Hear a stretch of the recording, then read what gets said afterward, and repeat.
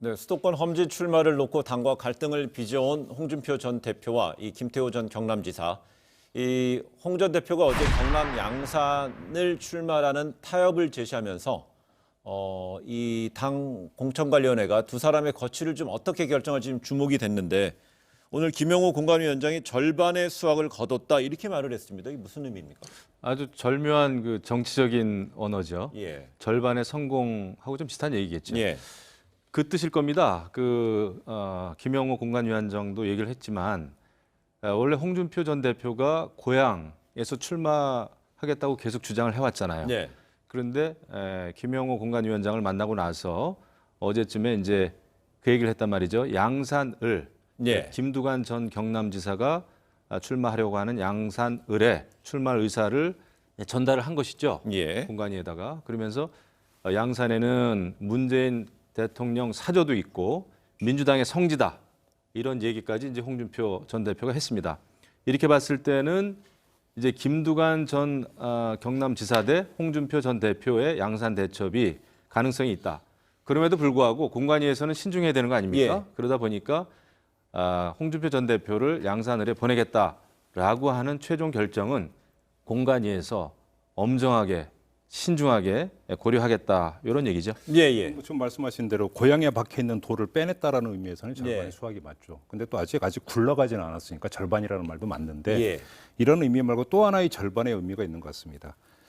그 홍준표 전 대표는 일단은 박힌 돌을 빼내긴 한 것 같은데 김태호 전 지사가 아직도 박혀 있다. 예. 그런 점에서 이거는 김용호 공관위원장이 그런 뜻으로 한 얘기 같지는 않지만 제가 추가를 한다면 그런 의미에서도 절반밖에 안 된다는 의미도 같이 덧붙여야 될 것 같습니다.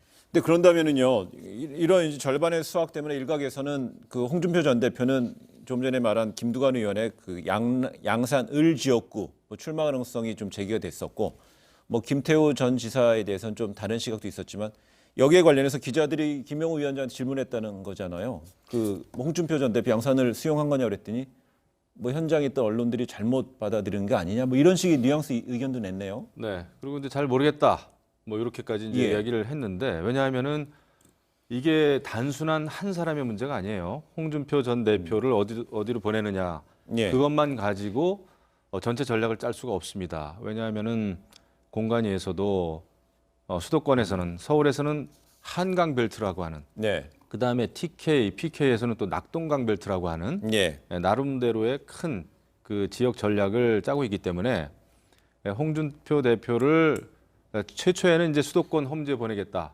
글로 가시라라는 이야기를 하기 위해서 이제 홍준표 전 대표를 만나고 온 거 아니겠습니까? 네. 공관위원장이. 그런데 그거는 이제 안 됐죠. 근데 이제 어디로 보낼 것인가는 네. 단순한 문제가 아니고 또 김태호 전 지사와의 의견 조율이 또 필요하거든요. 그러다 보니까 이게 맞물려 있어요, 모든 게.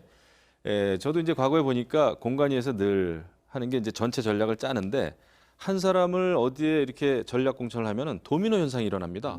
그 지역에 있는 또 다른 인물을 또 다른 곳으로 또 보내야 되는 그런 때도 있고요. 그래서 더군다나 당 지도부 대표를 지낸 사람들의 경우에는 그 도미노 현상 때문에 신중하지 않을 수가 없다. 뭐 그런 얘기죠. 그리고 조금 전에 얘기한 대로요. 그래서 이제 막 홍준표 전 대표가 경남 양산으로 가게 되면 이른바 경남의 험지라고 불릴 수도 있을 것 같고요. 좀 크게 보면 영남에서 빅매치 가능성이 현실화가 된다면은요. 그 우리 유권자분들한테도 관심이 높은 것 같아요. 영남판 종로 대전이 벌어지는 거죠. 그러니까 제가 볼 때는 아주 구도는 분명해요. 그러니까 둘은 정확히 수평 저울 위에서 이제 그 대전이 벌어진다고 봐도 되는데 두 사람의 공통점이 있습니다. 도지사 업무를 수행하다가 대선에 도전한다는 이유로 중도 하차한, 자발적으로 중도 하차한 점에서 똑같아요. 그러니까 그런 정치 이력에서 누가 공격하고 누가 방어할 여지는 없어요. 이렇게 놓고 본다면 이 두 사람이 만약에 대결 구도가 형성이 된다면 여대야라고 하는 점에서 국정을 둘러싸고 이제 치열하게 붙을 거고요. 그다음에 전임대 후임이라고 하는 지사 출신이라고 하는 점에서 재임 시절의 도정에 대한 것이 아마 치열한 논전이 아마 진행이 될 수가 있을 겁니다.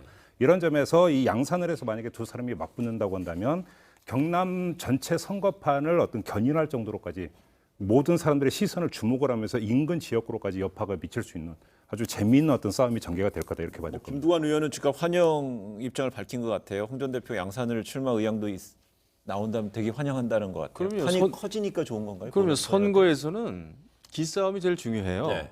이거 UFC하고 똑같습니다. UFC, UFC, 격투기요. 격투기. 예. 이 스포츠 경기하고 똑같죠. 처음부터 기에 눌리면 안 되기 때문에 예. 그러니까 이제 많은 민주당 그 수도권 서울의 후보들도 황교안 당대표에게 우리 지역구로 와라 한 번 붙자 뜨거운 맛을 보여주겠다 이런 얘기를 다 같이 하잖아요. 네. 그것은 기싸움에서 놀리지 않는 것이고 자기의 몸값을 또 올리는 것이고 뭐 그런 그 일거양득이죠. 다만 지금 양산은 홍준표 전 대표도 이야기했듯이 대통령의 사자가 있는 곳이고 또 문재인 대통령의 그 이미지가 그대로 있는 곳이기 때문에 이제 민주당의 성지라는 표현까지 썼는데 네. 거기에서 해볼 만하죠. 홍준표 전 대표는 본인이 뭐 인지도 걱정을 하는 그 후보도 아니고요. 네. 충분히 해볼 만하고 거기에서 이기면은 본인이 생각하는 또 대권 가도에도 크게 도움이 된다. 그리고 또 당에서 고향에 출마하려고 했던 본인을 다른 지역에 보냈는데 이번에도 나는 헌신하면서 희생하면서 대전을 치르러 간다. 네. 이게 명분이 있죠. 근데 재미난 게요. 그러니까 보통 그 여당 후보는 방어를 하고 야당 후보는 공격을 하는 뭐 정권 심판론 이야기하는 네. 이런 얘기를 많이 하는데 두 사람이 만약에 양산을 해서 맞붙는다면 그렇게 단순 구도로 아마 치러지진 않을 거다. 그러니까 이미 김두관 의원은 이미 그러니까 속칭 그러니까 그 선제 공격을 먼저 했어요. 왜 그러냐면 뭐 자기는 수비대장이고 보니까 김두관 의원에서 병졸이라고 한 거에 대해서 그래 병졸이다. 근데 와서 붙어보자. 네. 그러면 어떻게 될 것 같냐? 자 도지사 할 때 당신이 무엇을 했느냐? 공공의료원 폐쇄하지 않았느냐? 진주 말씀. 그렇죠. 말하는 진주의료원 거죠? 폐쇄하지 않았느냐라고 먼저 그러니까 꺼냈어요. 네. 여기다가 또 하나 있지 않습니까? 무상급식 예산 지원 중단해버렸던 거. 이런 것들을 가지고 김두관 의원은 방어가 아니라 오히려 전면 공세로 나올 수가 있는 거예요. 네. 그렇기 때문에 여대야라고 하는 구도도 중요하지만 전임 대 후임이라고 하는 구도에서 과연 이 판이 어떻게 그러니까 조정이 될 것인가도 대단히 주목해서 봐야 되는 관전 포인트가 되는 거죠. 근데 만약에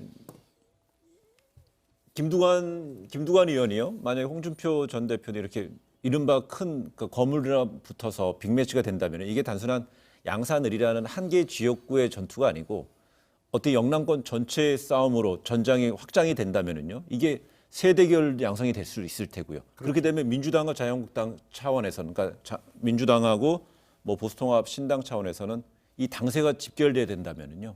어느 쪽이 유불리할지는 좀 따져봐야 될 것 같아요. 그래서 신중한 거예요. 이게 그 말씀하신 대로 개인 대 개인의 대결이 아닙니다. 네. 전부 다 도지사를 지냈고 그리고 또 홍준표 대표는 선거에 즈음하면 네. 홍준표 전 대표의 그 싸움 닦기 질 있지 않습니까? 그 현 정권에 대해서도 아주 무서운 펀치를 많이 날릴 사람이다. 그렇기 때문에 그래서 당에서도 사실 함부로 이렇게 마구 다룰 수 있는 그런 대상이 절대 아니죠. 그래서 공관위에서도 홍준표 전 대표가 가지고 있는 그 전파력, 파괴력이 있거든요.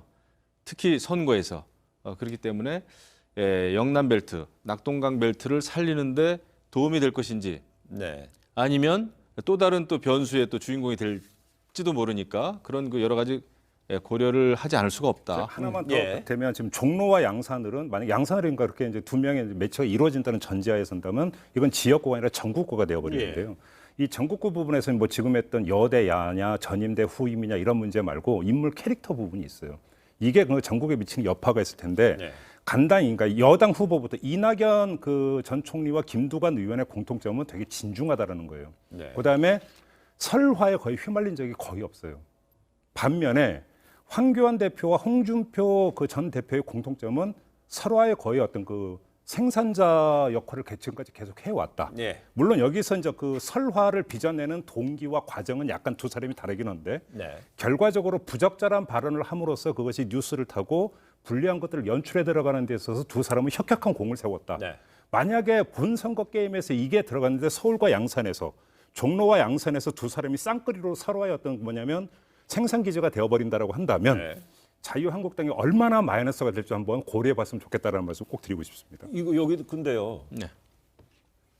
근데 그게 좀 있어요. 이제 설화 말씀하시는데 제가 쭉 이렇게 보니까 20대 국회에서 그 여당 의원님들 또 국무총리 포함해서 설화가 없었지 않았습니다. 네. 근데 보도의 양에서 이게 워낙에 기울어진 운동장이다 보니까 이제 저희 그 자유한국당 의원들의 속칭 설화, 막말 이런 그 막말 프레임에 걸려가지고 이런 네. 것이 엄청나게 이제 보도가 많이 되더군요. 어쨌든 간에 자유한국당이 지금 고려해야 될 것은 자유한국당 의원 후보가 설화에 휘말리면은 네. 여당보다는 훨씬 피해가 크다는 걸 우리는 늘 염두에 둬야 돼요. 그래서 기울어진 운동장 자체만 가지고 이것을 비난하기보다는 그만큼 더 신중해야 되고 그만큼 정부의 여당, 문재인 정권의 여러 가지 국정 운영 방향에 대해서 제대로 된 비판을 하는 것이 필요하다. 알겠습니다. 예.